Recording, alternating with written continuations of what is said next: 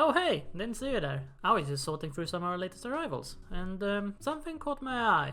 A trend in manga that's quietly exploded in recent years in the outside world. I'm talking about assassins, or hitmen, however you wanna call them. The popularity of this genre has boomed ever since the success of Assassination Classroom.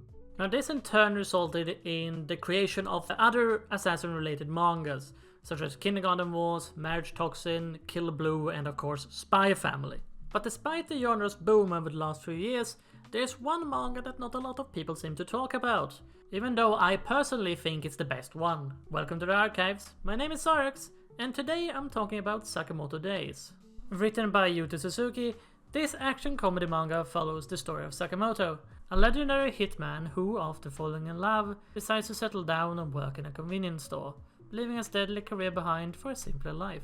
However, despite leaving his violent past behind, Sakamoto's peaceful days are constantly being disrupted as his old life catches up to him again and again. You don't just stop being a hitman after all. Former allies, rival assassins, and a host of weird and eccentric characters bring chaos to his seemingly quiet life, forcing Sakamoto to blend his simply daily routine with the eccentricity that is his past. The pacing at the beginning of the manga is fairly episodic, with each chapter being relatively self-contained. The early chapters are mostly used to build up the setting and introduce the characters, with only a few plot points carrying over. But even those early chapters have their own charm, so it's not a slog to get through. It all feels pretty natural. Let's talk about the characters for a bit. I've already mentioned the titular character Sakamoto, ex-hitman, fell in love, got chubby. He has a calm and easygoing personality and can be impatient at times. He's very protective of his family and those close to him.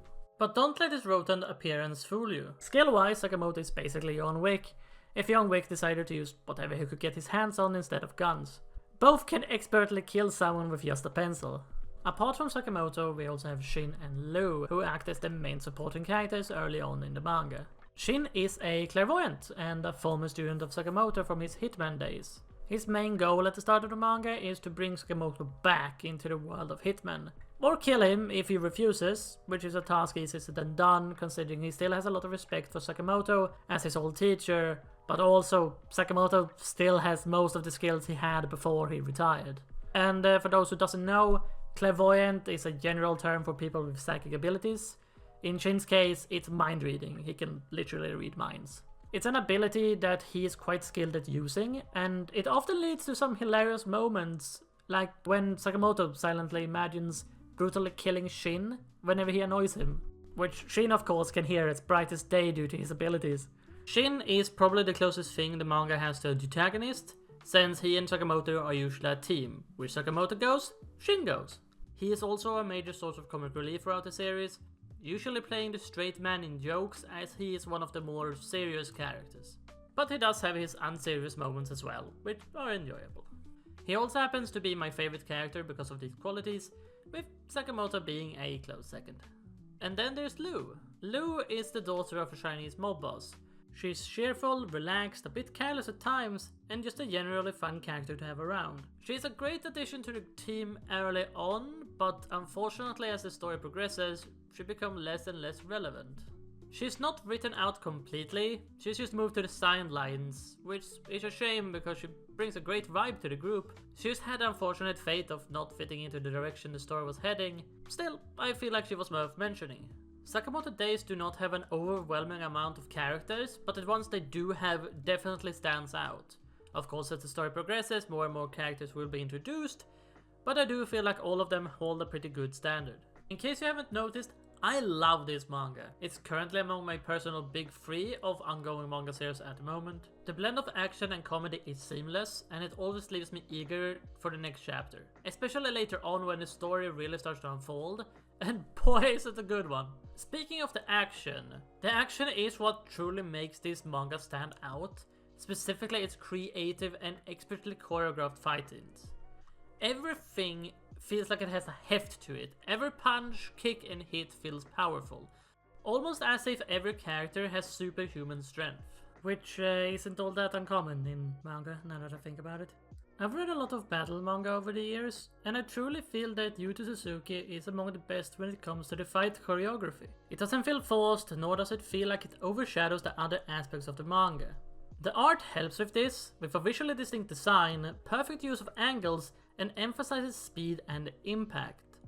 Suzuki's paneling is also masterful in the way he uses speed lines and framing during combat to keep your eyes moving like you're watching a storyboarded action sequence. However, nothing in life is perfect, and Sakamoto Days is no exception. As much as I love this manga, there's one lingering issue that keeps bugging me. The world. It's kind of boring, or more specifically, the normal people that live in that world. It's like every background character shares the same case of meh, or okay, syndrome. As Hitman can literally fight in front of them, beating people up or killing them, and they all seem to think, oh, is this a movie set or some kind of performance? There's no sense of urgency at all, and honestly, it's kind of annoying and at least noticeable. It does get a little bit better in that regard later on, but it's still a noticeable issue, in my opinion. Overall, at its core, Sakamoto Days isn't just about flashy fights or comedy, it's about change, the idea that people can grow beyond their past, but not always escape them. But also that it's not wrong to want a simple life and that family is important.